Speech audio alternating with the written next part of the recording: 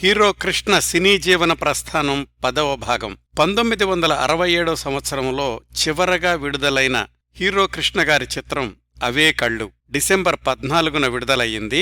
పూర్తి రంగుల్లో నిర్మించబడిన తొలి తెలుగు హారర్ సస్పెన్స్ చిత్రం అవే కళ్ళు. ఏవిఎం సంస్థ వారు నిర్మించిన ఈ సినిమా తమిళ వర్షన్ అదే కంగల్ 1967 మేలో తమిళ వర్షన్ విడుదలయ్యింది.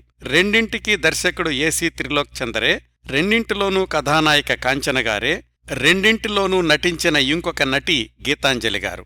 రాజనాల గారి మీద ఒక డ్యూయెట్ చిత్రీకరించడం అవే కళ్ళులో ఒక విశేషం.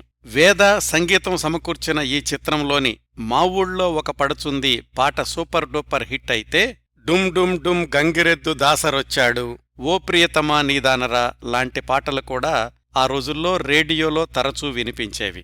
మరిన్ని హీరో కృష్ణగారి సినిమాల విశేషాలు 11వ భాగంలో.